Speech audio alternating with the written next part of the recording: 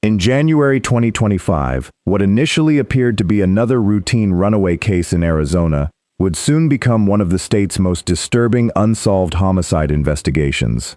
At the center of the case was Emily Pike, a 14-year-old girl from the San Carlos Apache tribe.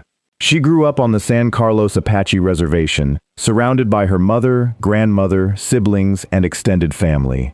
Like many children on the reservation, Emily's life was shaped by financial hardship, but those who knew her described her as kind, artistic, and deeply attached to her family. She loved drawing, enjoyed music, and, above all, wanted to be home with the people she trusted. In 2023, after reporting that she had been sexually assaulted by a family member, Emily was removed from her home for her own protection and placed in state care. She was transferred to a group home in Mesa, Arizona, more than 100 miles away from everything she had ever known. The move was intended to keep her safe while authorities handled the case, but for Emily, it meant losing the only sense of stability she had left. According to police records, Emily repeatedly ran away from the group home. Each time, she wasn't trying to disappear or avoid responsibility. She was trying to return to her family on the reservation. Every previous incident ended the same way. Officers located her, and she was taken back to the facility. Because of that history, when Emily left the group home again on January 27, 2025, many people assumed it would be just another routine runaway report. No one realized that this time would be different. Within days, what had started as a missing person case would evolve into an investigation that exposed serious questions about child protection, communication failures, and a crime that remains unsolved to this day. But before investigators could determine what happened to Emily, they first had to retrace the final hours before she vanished. On the evening of January 27, 2025, Emily Pike left the group home in Mesa, Arizona, where she had been living under state care. According to investigators, she left the facility at approximately 7:45 p.m. after climbing out of a bedroom window. For the staff, Emily's disappearance did not initially appear unusual. She had run away several times before and had always been found alive. That history would shape the first response to her disappearance. Investigators later learned that Emily had reportedly told her roommate she planned to meet a teenage boy she had met during guitar lessons. Whether that meeting actually took place has never been publicly confirmed, but it became one of the first leads examined by detectives. After Emily left the group home, her movements became increasingly difficult to reconstruct. Surveillance footage captured her in the area shortly after she ran away, but no publicly released evidence has shown exactly where she went next, or who she may have encountered. What happened during the hours that followed remains one of the biggest unanswered questions in the investigation. Based on the medical examiner's findings, investigators believe Emily was killed somewhere other than where her remains were eventually discovered. Authorities have not publicly identified the exact crime scene, nor have they disclosed the sequence of events that led to her death. The autopsy concluded that Emily died as the result of homicidal violence, with blunt force trauma to the head identified as the fatal injury. After her death, her body was dismembered, and some of her remains have never been recovered. Investigators believe her remains were later transported and abandoned in a remote area near Highway 60 in Gila County, nearly 100 miles from the group home where she was last seen. At this stage of the investigation, law enforcement has not announced how Emily was transported, whether more than one person was involved, or what motive led to the crime. Those questions remain unanswered. For investigators, the challenge was no longer finding a missing teenager. It had become the search for whoever was responsible for one of Arizona's most disturbing unsolved homicides. By 8:19 p.m. on January 27, 2025, staff at the Mesa group home officially reported Emily Pike as a missing juvenile after realizing she had left the facility and had not returned. At first, the report did not trigger the level of urgency often associated with the disappearance of a 14-year-old child. Emily had previously run away several times, and each prior incident had ended with officers locating her safely and returning her to the group home. Because of that history, investigators initially treated the case as another runaway rather than an abduction. The following day, Emily's information was entered into law enforcement databases, and a statewide missing person bulletin was issued. Detectives began reviewing surveillance footage, checking areas Emily had previously visited, and following potential leads. However, the timeline soon became a source of public criticism. Emily's family later stated that they were not notified immediately after she disappeared. Instead, they learned she was missing about a week later. By then, several of the most critical hours and days of the investigation had already passed. During the first week of February, rumors began circulating on social media claiming that Emily had been found and had returned to the San Carlos Apache Reservation.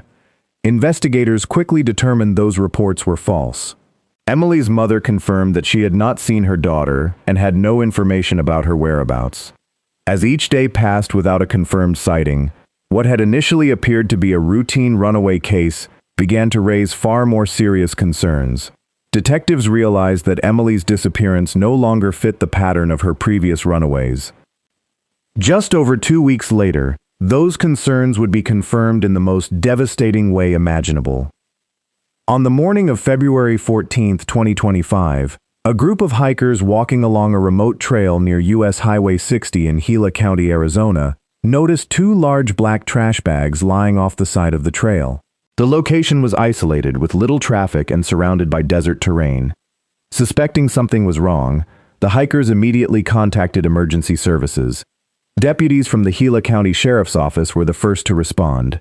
Upon arriving, officers secured the area and established a crime scene perimeter to prevent contamination of potential evidence.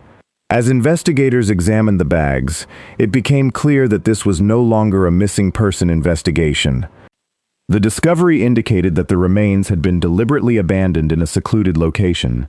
The condition of the scene suggested that whoever transported the body had likely chosen the area because it was remote and unlikely to attract immediate attention.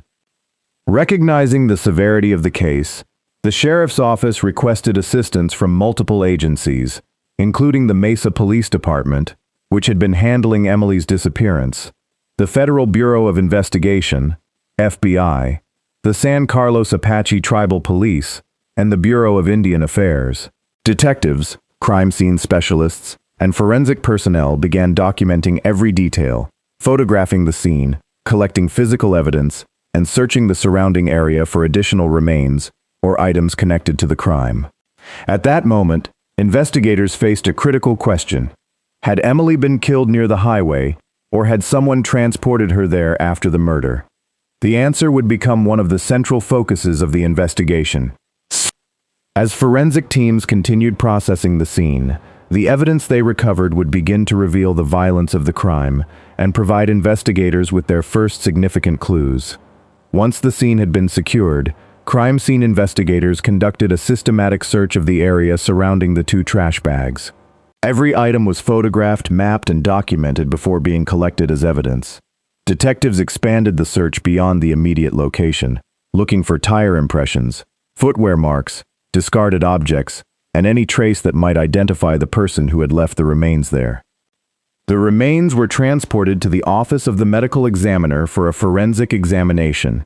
Through scientific identification procedures, investigators confirmed that the victim was 14-year-old Emily Pike, who had been reported missing just over 2 weeks earlier.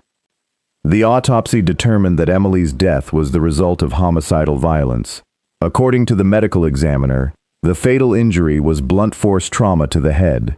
The examination also documented severe injuries to her head and face that were consistent with a violent assault. Investigators further concluded that Emily's body had been dismembered after her death. Despite extensive searches, some of her remains, including both hands and portions of her arms, were never recovered. The absence of those remains complicated the forensic investigation and raised additional questions about what occurred after the homicide. The medical examiner's findings also suggested that the location where Emily's remains were discovered was unlikely to be the primary crime scene. Based on the available evidence, investigators believed she had been killed elsewhere and that her remains had later been transported to the remote area near Highway 60. The autopsy transformed the investigation. Detectives were no longer searching for a missing child. They were investigating a deliberate homicide.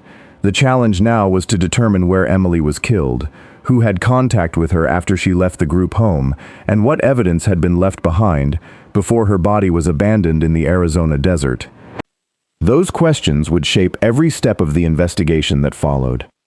With the homicide confirmed, investigators shifted their focus to reconstructing Emily Pike's final movements after she left the group home on the evening of January 27, 2025.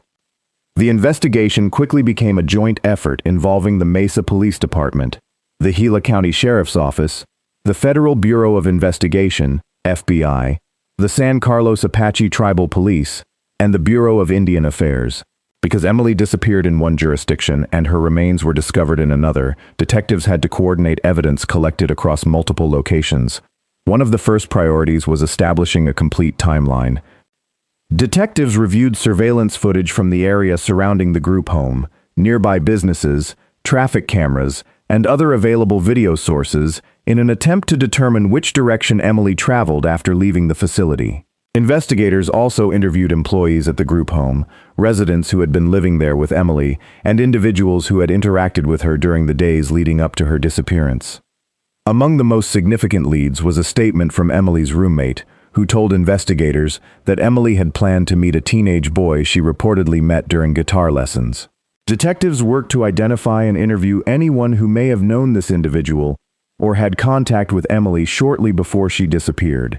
Authorities have not publicly disclosed the results of those interviews, nor have they confirmed whether that meeting ever took place. Investigators also examined Emily's electronic activity, including available phone records, social media communications, and other digital evidence that might reveal who she had been communicating with before she vanished. Law enforcement has not released the details of that analysis, indicating that portions of the investigation remain confidential. At the same time, forensic specialists continued processing evidence recovered from the location where Emily's remains were found. Detectives searched for DNA, fingerprints, trace evidence, and any physical material that could identify the person or persons responsible. They also attempted to determine how the remains had been transported to the remote area near Highway 60 and whether a vehicle had been used. As the investigation progressed, public attention increasingly shifted toward the response before Emily disappeared. Questions were raised about why her disappearance was initially treated as another routine runaway case, why her family was not notified immediately, and whether earlier intervention could have changed the outcome. Those issues became the subject of widespread public criticism, although they remained separate from the criminal investigation itself. During the summer of 2025, investigators executed search warrants connected to the case and interviewed a person of interest. Authorities confirmed that investigative activity was continuing but declined to identify the individual publicly or explain the evidence that led to the searches. Law enforcement emphasized that no arrests had been made and that the investigation remained active. Months after Emily's death, detectives continued appealing to the public for information. The FBI and partnering agencies urged anyone who had seen Emily on the evening of January 27, 2025, or anyone with knowledge of suspicious activity in the Globe or Mesa areas to come forward. A reward was offered for information leading to an arrest and conviction. Despite hundreds of investigative hours, numerous interviews, forensic examinations, and the involvement of multiple law enforcement agencies, one critical question remained unanswered. Who was the last person to see Emily Pike alive? That answer, investigators believe, may be the key to solving the case. In most homicide investigations, this is the point where detectives identify a suspect, make an arrest, and begin preparing the case for prosecution. In Emily Pike's case, that moment has not yet come. Despite months of investigative work, law enforcement has not announced any arrests in connection with Emily's murder. Authorities have confirmed that detectives have interviewed numerous witnesses, followed multiple leads, and executed search warrants as part of the ongoing investigation. However, none of the evidence collected so far has been sufficient to support criminal charges against any individual. During the summer of 2025, investigators carried out court-authorized searches at locations believed to be relevant to the case. They also questioned at least one person of interest. While these investigative steps suggested that detectives were narrowing their focus, officials deliberately withheld the identity of the individual involved and declined to discuss the evidence being examined. Investigators have repeatedly stated that this decision was made to protect the integrity of the case and to avoid compromising future prosecution if charges are eventually filed.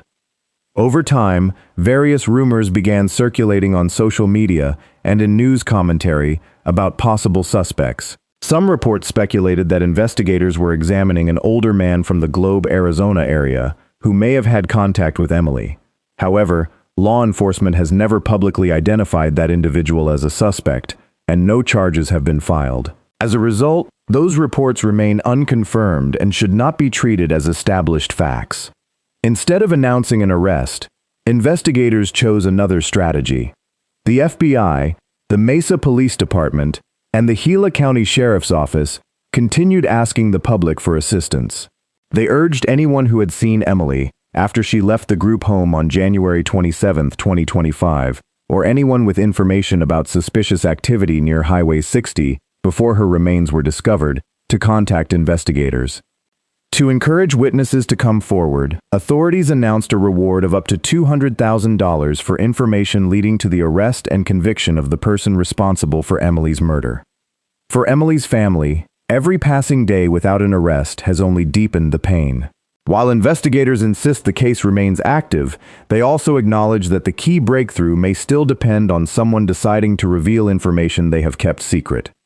Without an arrest, the investigation could not move into the next stages of a criminal prosecution. Detectives first needed evidence strong enough to identify the person responsible beyond speculation and bring that individual before the court. For now, the search for Emily Pike's killer continues. With no suspect in custody, investigators turned their attention to the people who had interacted with Emily before she disappeared. Detectives conducted dozens of interviews in an effort to reconstruct her final days and identify anyone who might have information about her last known movements. One of the most important interviews involved Emily's roommate at the Mesa group home. According to investigators, the roommate stated that Emily had mentioned she planned to meet a teenage boy she had met during guitar lessons on the evening she left the facility. Detectives worked to identify that individual and determine whether the meeting ever took place. Authorities have not publicly released the outcome of that line of inquiry. Investigators also interviewed staff members at the group home to better understand Emily's emotional state, her daily routine, and the circumstances surrounding her disappearance. Officers reviewed previous runaway reports and spoke with those who had been involved in earlier incidents, looking for patterns that might explain where Emily typically went or who she usually contacted. Family members were interviewed as well. They provided investigators with background information about Emily's life on the San Carlos Apache Reservation, her relationships, and her strong desire to return home. According to her family, Emily never intended to disappear permanently. They believed she was simply trying to get back to the people she loved. As the investigation continued, detectives questioned additional witnesses, reviewed surveillance footage, analyzed digital evidence, and followed every lead that could be independently verified. While investigators have confirmed that persons of interest have been interviewed, they have not disclosed the content of those interviews or identified anyone as a suspect. Because no one has been arrested, there has been no formal custodial interrogation, no recorded confession, and no admission of guilt. Every interview conducted so far has served one purpose: to establish the facts, eliminate false leads, and identify the person responsible for Emily Pike's death. Until that individual is identified and taken into custody, the investigation remains focused on gathering evidence rather than obtaining a confession. Although investigators have not identified a suspect, the work of building a prosecutable case has continued behind the scenes. In a homicide investigation, securing an arrest is only one step. Detectives must also gather enough reliable evidence to prove, beyond a reasonable doubt, who committed the crime and how it occurred. To accomplish that, investigators carefully organized every piece of physical and digital evidence collected throughout the case. Forensic specialists analyzed biological evidence recovered from Emily's remains and from the location where they were discovered. Crime scene technicians documented the area in detail, searching for trace evidence that could connect a person, a vehicle, or another location to the crime. At the same time, detectives continued reviewing surveillance footage from businesses, roadways, and nearby properties. They compared timestamps, mapped Emily's known movements, and attempted to identify any vehicles or individuals that appeared near her last confirmed location or near the area where her remains were later found. Digital evidence also became a critical part of the investigation. Investigators examined available phone records, electronic communications, and social media activity to determine who Emily had been in contact with before she disappeared.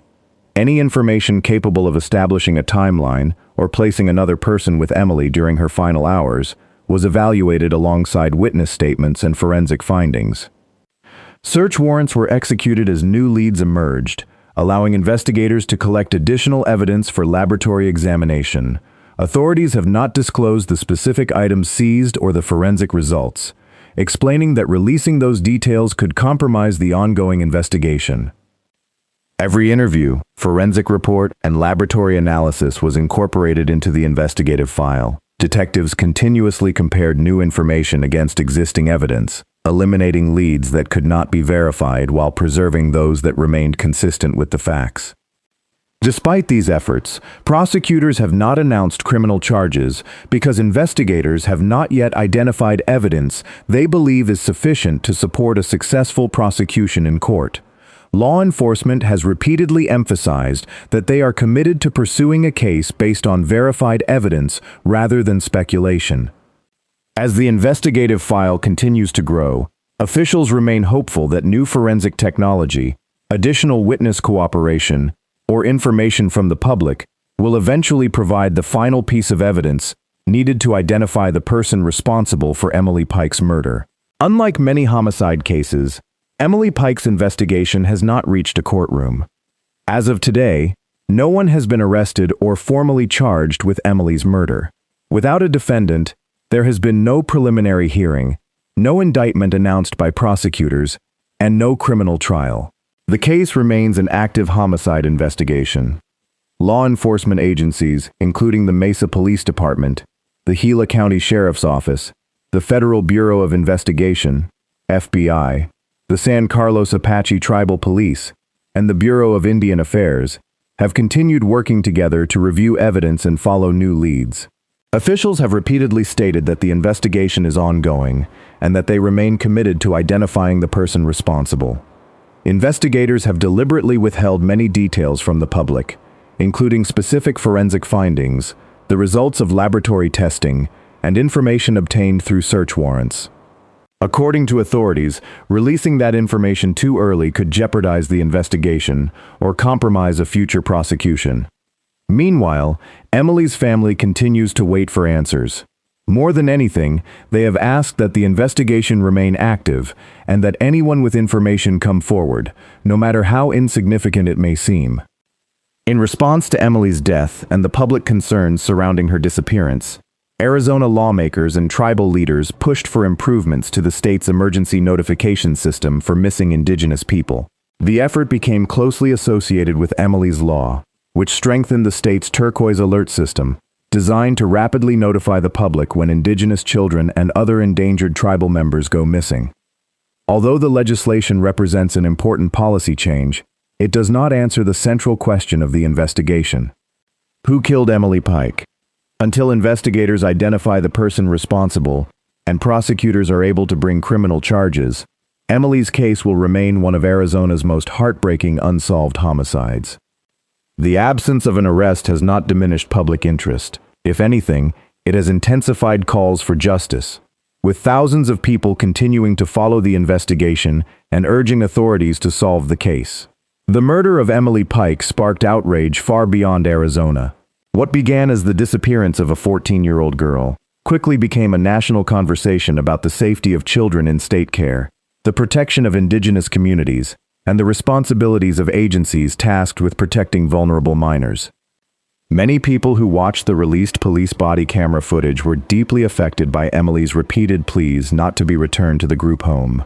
To the public, the footage showed a frightened teenager asking for help, rather than a child simply refusing to follow instructions. For many viewers, those moments became one of the most heartbreaking aspects of the entire case. Public criticism also focused on the response after Emily disappeared. Questions were raised about why her disappearance was initially treated as a routine runaway case. why her family was not notified immediately, and whether earlier action could have changed the outcome. While investigators have not concluded that those decisions caused Emily's death, the timeline has remained a major point of public discussion.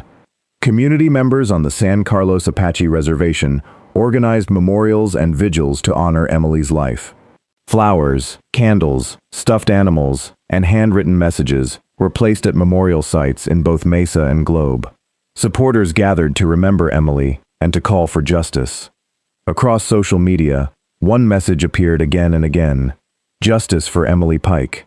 Advocates for indigenous communities also pointed to Emily's case as an example of the broader crisis involving missing and murdered indigenous people in the United States. They argued that her story highlighted the need for stronger communication between law enforcement agencies, child welfare services, tribal governments, and local communities. Although public attention has helped keep the case in the national spotlight, Emily's family has repeatedly emphasized that awareness alone is not enough. What they continue to seek is accountability. For them, true justice will not come through headlines, public sympathy, or legislative changes. It will come only when the person responsible for Emily Pike's death is identified, prosecuted, and held accountable in a court of law. More than a year has passed since Emily Pike disappeared, yet the most important question remains unanswered. Who took the life of a 14-year-old girl whose only known goal was to return home? Investigators continue to pursue new leads, but no arrests have been made, and no one has been charged with Emily's murder. For her family, every day without answers is another day without justice. This case has also raised difficult questions about how runaway reports involving children in state care should be handled, how agencies communicate with families, and whether earlier intervention could have made a difference. What do you think? Do you believe investigators are close to identifying the person responsible, or do you think a crucial piece of evidence is still missing? And based on everything you've seen in this case, is there one unanswered question that stands out to you more than any other? Share your thoughts respectfully in the comments below. Your perspective may highlight an angle that others have overlooked, and in cases like this, continued public attention can help keep the search for answers alive.